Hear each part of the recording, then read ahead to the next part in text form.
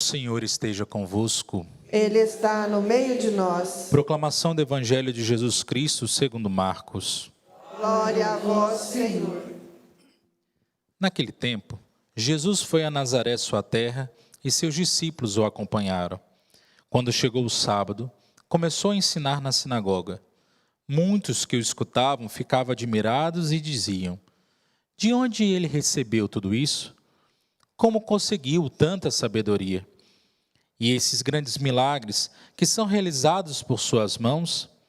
Este homem não é o carpinteiro, filho de Maria e irmão de Tiago, de José, de Judas e de Simão? Suas irmãs não moram aqui conosco? E ficaram escandalizados por causa dele. Jesus lhes dizia: um profeta só não é estimado em sua pátria, entre seus parentes e familiares. E ali não pôde fazer milagre algum. Apenas curou alguns doentes, impondo-lhe as mãos, e admirou-se com a falta de fé deles. Jesus percorria os povoados das redondezas, ensinando. Palavra da salvação. Glória a vós, Senhor.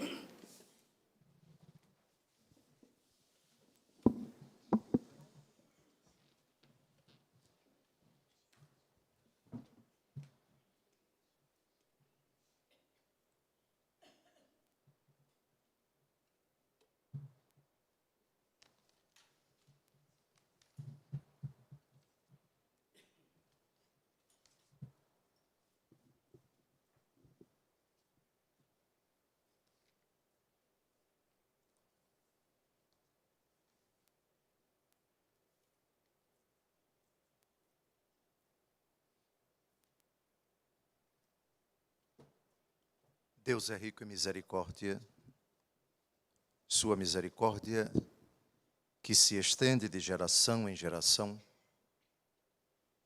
é a grande característica de Deus. Na verdade, Deus é amor, diz a primeira carta de São João, capítulo 4, versículo 8. E essa palavra, tão pequena morfologicamente e tão abismal metafisicamente, porque ela é a síntese desse mistério que ultrapassa a nossa razão, encanta o nosso coração, Deus Todo-Poderoso na imensidão de sua glória, do seu poder e da sua majestade. Quem pode conhecer os pensamentos do Senhor? Quem consegue abarcar a perfeição de sua lógica, de sua providência, de sua razão, do seu amor para conosco, cujos passos são tão belos. Os pés do mensageiro que anuncia a paz são os pés de um Deus que entra na nossa história, criando, chamando, salvando e santificando por meio de Jesus Cristo na força do Espírito Santo. Nas leituras que nós acabamos de ouvir, esta misericórdia se revela com três, digamos, pedagogias tão aparentemente diferentes, mas todas elas convergentes em Deus. Não existe diferença em Deus quando Ele age. O que existe para nós, na lógica humana, é aquilo que parece uma contradição, uma mudança, uma transformação. Mas em Deus não existe absolutamente isso. Ele não só é imutável, mas também é coerente quando age. O agir segue o ser, já dizia um paradigma escolástico. Deus agindo não contradiz-se com aquilo que Ele é. E aquilo que é Deus corresponde à sua ação. Na primeira leitura que nós acabamos de ouvir, nós temos duas manifestações da misericórdia imutável de Deus, a sua correção e o seu arrependimento.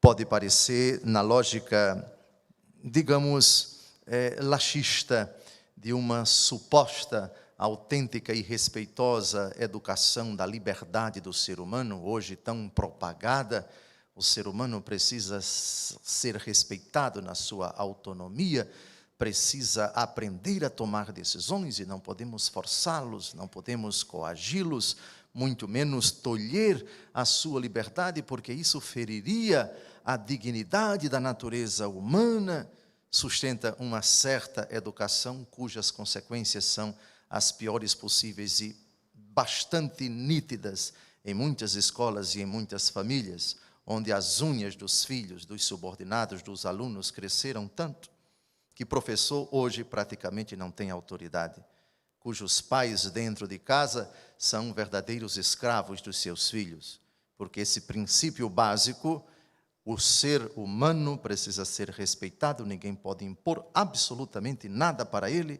ele é que decide e não pode nenhuma força externa, nenhuma autoridade dizer o que é que os bichinhos de pelúcia, as crianças, os alunos podem ou não fazer.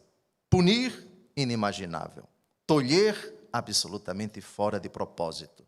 Mas não é essa a lógica de Deus. Misericórdia sem correção não é misericórdia. Misericórdia sem punição não é absolutamente misericórdia. Escutemos o contexto da primeira leitura de hoje, lição tão importante para esses tempos difíceis que estamos vivendo. O grande rei Davi, depois de ter consolidado a unidade política e religiosa das 12 tribos de Israel, agora está diante de um reino absolutamente delimitado, respeitado. Temos já, depois de Saul, cujo reinado foi um fracasso, estamos no início do século X antes de Cristo, nós temos um rei que goza de imenso prestígio no Oriente Médio, um rei que é respeitadíssimo pelo seu povo e decide fazer um recenseamento. Essa narrativa do segundo livro de Samuel, no capítulo 24, versículos de 9 a 17, tem o seu paralelo no primeiro livro das Crônicas, capítulo 21, versos de 1 a 17. E nessa narrativa do livro das Crônicas é dito que foi o diabo quem colocou no coração de Davi o propósito de fazer o recenseamento. Pergunta-se, mas qual é o mal, qual é o problema de se fazer um censo para saber quantas pessoas existem, quantos soldados, quantas pessoas aptas para a guerra e outros dados relevantes do ponto de vista sociológico, político, econômico, social? O problema está naquilo que isso poderia despertar no coração de Davi: a petulância, o orgulho, a vaidade de uma pessoa que tudo recebeu de Deus e agora faz este censo para se autocomprazer. O censo desagradou a Deus. Davi, apesar de ter sido advertido pelo seu general Joabe, para que fazer isso? Qual a necessidade? Mas ele fez impor a sua vontade. Ocorre que depois que o censo é feito, Davi se arrepende. O que Davi tinha de petulante em certas ocasiões, tinha também de humilde. O Salmo 50, eu reconheço toda a minha iniquidade, o meu pecado está sempre à minha frente, foi redigido por ele, depois que desmascarado pelo profeta por ter cometido 2 graves delitos: o adultério com a esposa do seu general Urias e o assassinato deste, a pedido dele, para ficar com a sua esposa. Aqui, no contexto da primeira leitura de hoje, Davi cai em si e toma consciência do erro que ele cometeu. Cometi um grande pecado ao fazer o que fiz, mas perdoa a iniquidade do teu servo, porque procedi como um grande insensato. Sim, sem dúvida alguma, Deus Todo-Poderoso é misericordioso, e o pecado, quando acusado com humildade, possibilita da parte de Deus o perdão instantâneo. A misericórdia de Deus, ela é infinitamente pontual e não se procrastina, ela é incondicional. Mas uma coisa é o perdão da culpa, outra coisa é a reparação da pena. Mesmo arrependido, Davi precisa ser purificado. Mesmo chagado e já com lágrimas nos olhos por ter cometido um desatino, Davi precisa aprender por um caminho carinhosamente misterioso. Que preferes 3 anos de fome na tua terra, 3 meses de derrotas diante dos inimigos que te perseguem, ou 3 dias de peste no país? Você tem 3 alternativas para aprender. Zaqueu, no Evangelho segundo Lucas, capítulo 19, roubou muito tempo, extorquiu muito tempo, defraudou muito tempo. Jesus, não obstante, foi à sua casa.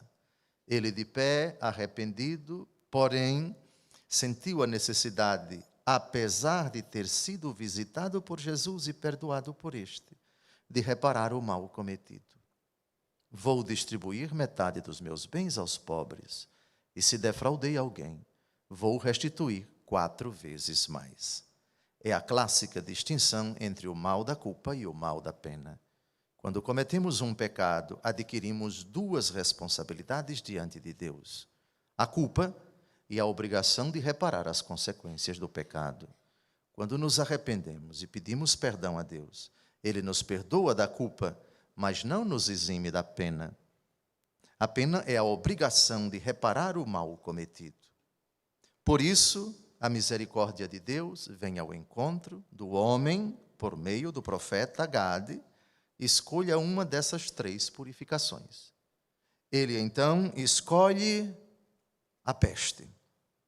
E depois de 3 dias de muito sofrimento, onde morrem milhares de pessoas, precisamente 70 mil homens da população, ele apela para a misericórdia de Deus, que arrepende-se do mal e diz ao anjo que exterminava o povo: basta, retira agora a tua mão. Aqui está uma outra manifestação da bondade de Deus, o seu arrependimento. Mas antes de falarmos dessa expressão um pouco estranha para Deus, como Deus, que é perfeito, pode voltar atrás? Em Deus não há vestígio de mudança. Como compreender o arrependimento de Deus? Antes disso, vamos voltar ao problema da peste. Vamos voltar ao problema da correção. A correção, disse eu no início da homilia, é prova da misericórdia de Deus. Provérbios, capítulo 3, de 11 a 12. Meu filho, não desprezes a correção do Senhor, nem te espantes de que ele te repreenda, porque o Senhor castiga a quem ele ama e pune o filho a quem muito estima. Uma educação que não comporta a possibilidade de punição está cometendo uma grave irresponsabilidade. Educação sem limites pode ser tudo, menos misericórdia. Provérbios, capítulo 6, versículo 23. O preceito é uma tocha, o ensinamento é uma luz, a correção e a disciplina são o caminho da vida. Mas isso no Antigo Testamento. Mas o Novo Testamento, na carta aos Hebreus, reitera este mesmo postulado. Hebreus 12, de 7 a 11. Estais sendo provados para a vossa correção. É Deus que vos trata como filhos. Ora, qual é o filho a quem o pai não corrige? Mas se permanecesseis sem a correção que é comum a todos, seríeis bastardos e não filhos legítimos. Aliás, temos na terra nossos pais que nos corrigem, e, no entanto, os olhamos com respeito. Com quanto mais razão nos havemos de submeter ao Pai de nossas almas, o qual nos dará a vida. Os primeiros nos educaram para pouco tempo, segundo a sua própria conveniência, ao passo que este o faz para o nosso bem, para nos comunicar sua santidade. É verdade que toda correção parece, de momento, antes motivo de pesar que de alegria. Mais tarde, porém, granjeia aos que por ela se exercitaram o melhor fruto de justiça e de paz.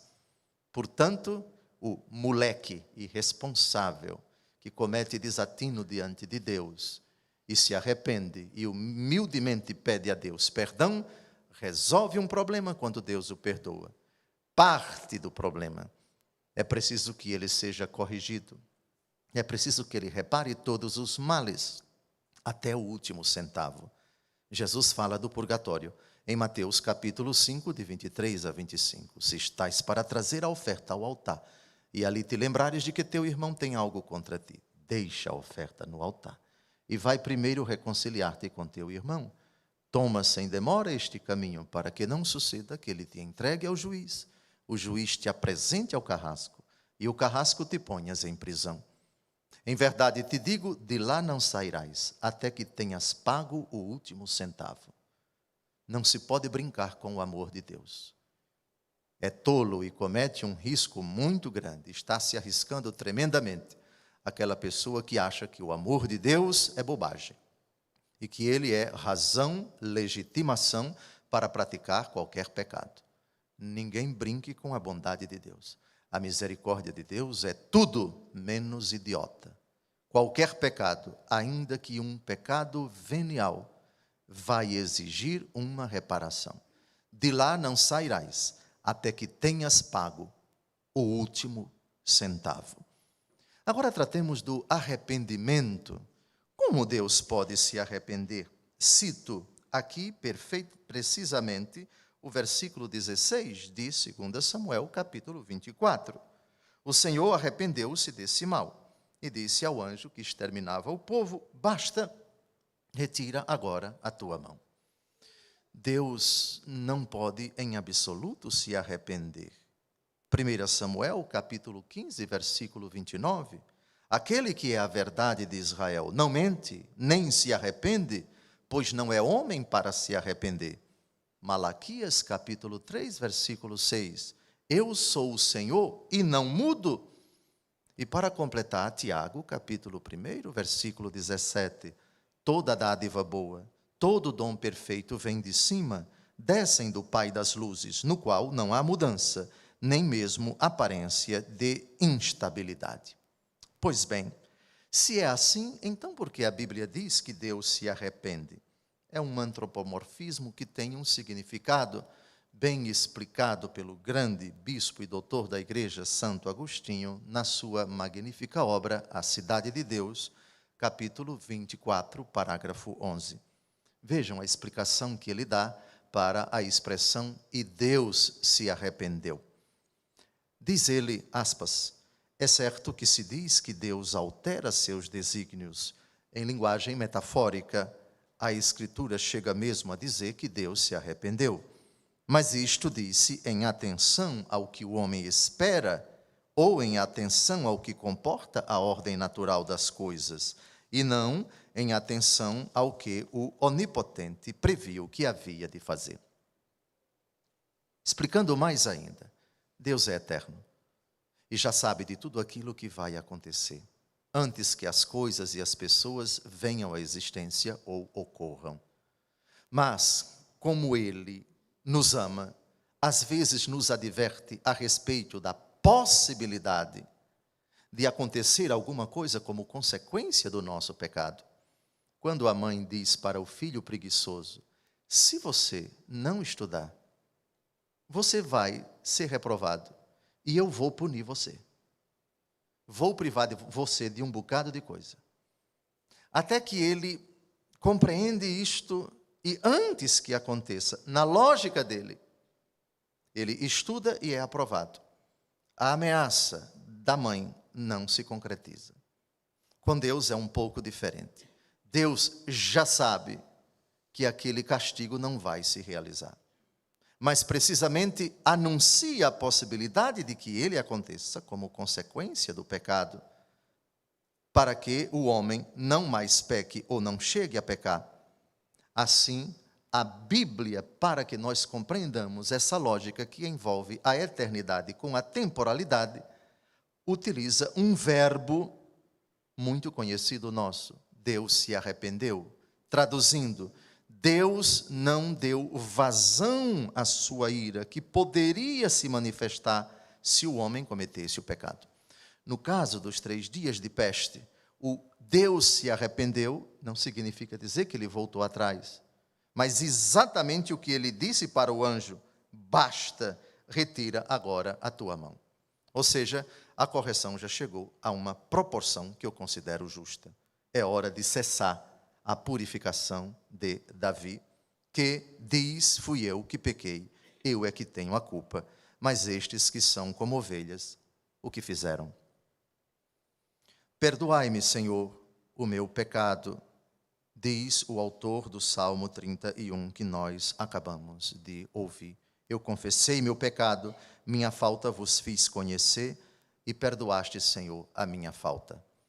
Quando Deus cessa de purificar, de corrigir, de santificar a pessoa, como o processo necessário da misericórdia, que é extremamente exigente, a Bíblia utiliza para esta pedagogia: Deus se arrependeu. Entenda-se, Deus cessou de continuar a purificar o homem, porque considerou que chegou o momento de cessar esta sua correção. No Evangelho, nosso Senhor Jesus Cristo se revela impotente. E aqui está uma das manifestações mais bonitas da onipotência de Deus, a sua impotência. Eu não errei, não estou errando. Eu estou dizendo que Deus, por ser misericordiosamente onipotente, uma das manifestações mais bonitas dessa onipotência é sua impotência. Diante da dureza do coração dos membros dos seus conterrâneos de Nazaré, Jesus não pôde fazer milagre algum diante da sua incredulidade e admirou-se com a falta de fé deles. Há uma diferença muito grande no poder de Deus. Uma é o poder de Deus em si, a outra coisa é o exercício dele. Deus sempre foi e sempre será todo-poderoso. Todavia, o exercício do seu poder sempre se manifesta para nós, para que nós glorifiquemos a Ele, para que nós nos convertamos, para que nós, contemplando os seus milagres, arrependamo-nos e nos voltemos para Ele. Porém, quando fechados com o coração duro, nos recusamos a aceitar tanto os milagres quanto glorificar o autor dos milagres, Deus considera que não é oportuno, que não é prudente, que não é producente realizar milagres. Por isso Deus aceita ser impotente, aceita não fazer nada, aceita reconhecer-se incapaz. São dois os textos, o do Evangelho de hoje e João capítulo 5, versículo 30. Jesus diz: de mim mesmo eu não posso fazer coisa alguma. Reparem, Jesus que é Deus, Jesus o onipotente. Eu não posso fazer coisa alguma. Julgo como ouço, e meu julgamento é justo porque não busco minha vontade, mas a vontade daquele que me enviou. É o que vai acontecer no dia do juízo. Quem morrer em pecado mortal, Jesus vai nos julgar de forma imparcial. E não há pedido de jeitinho brasileiro. Não há possibilidade de dizer: mas dê-me uma nova chance. Veja, ajeite aí, me encaixe aí de qualquer maneira, pelo menos no purgatório, porque eu quero entrar no céu. Eu apelo para a sua misericórdia. A misericórdia de Deus é imparcial. A misericórdia de Deus é impotente diante da nossa decisão de nos afastarmos de Deus e de permanecermos no pecado. Adora hoje Jesus Todo-Poderoso, que não pode nada. Por favor, Jesus é todo-poderoso, mas diante da nossa liberdade, quando queremos permanecer no mal, Ele é impotente. João 5,30, de mim mesmo não posso fazer coisa alguma, julgo como ouço. Está aí sua vida. Estão aí os seus pecados. E aqui estão as minhas chagas, que provam que tudo o que eu tinha para fazer por você, para salvá-lo, eu fiz. Nada que faltasse a minha misericórdia para manifestar o meu amor por você, deixou de ser feito. Julgo como ouço, não posso fazer coisa alguma. E Jesus não pôde fazer coisa alguma. A misericórdia de Deus na primeira leitura que corrige. A misericórdia de Deus na primeira leitura que se arrepende. A misericórdia de Deus no Evangelho que se torna impotente. Não brinque com a misericórdia de Deus. Não blasfeme contra ela quando você for corrigido. Também não pense que quando Deus se arrepende, ou seja, quando as provações da vida param e tudo volta a ser uma grande tranquilidade, que essa tranquilidade é indício de que a misericórdia de Deus está desatenta. Se nesta condição de serenidade, de alegria, de paz, você abusar da sua liberdade, brincar com o momento presente, não usar da forma devida os dons e os talentos que Deus lhe deu, lembre-se, Deus se tornará impotente até o dia do seu juízo. Mas é precisamente quando Deus não pode nada que Ele pode tudo. Quando sou fraco, então é que sou forte. Glorifica a misericórdia de Deus tão fraca. Olhe para a cruz. Mas ao mesmo tempo ali está a força de Deus. E uma força que eu desejaria que você nunca esquecesse, que ela assustasse você. Ela nunca assustou Santa Águeda, que mesmo com os seios arrancados, diante da fúria do procônsul Quinciano, preferiu a morte, conservou até o fim o santo temor. Não temais aqueles que matam o corpo, mas não podem matar a alma. Temei antes aquele que tem o poder de precipitar o corpo e a alma no fogo da geena. Mateus capítulo 10, de 28 a 31. Que Santa Águeda no céu nos ajude a glorificar sempre o Senhor e a viver nesta aventura terrena tão breve, glorificando a misericórdia que corrige, a misericórdia que se arrepende e a misericórdia impotente. Louvado seja nosso Senhor Jesus Cristo. Para sempre seja louvado.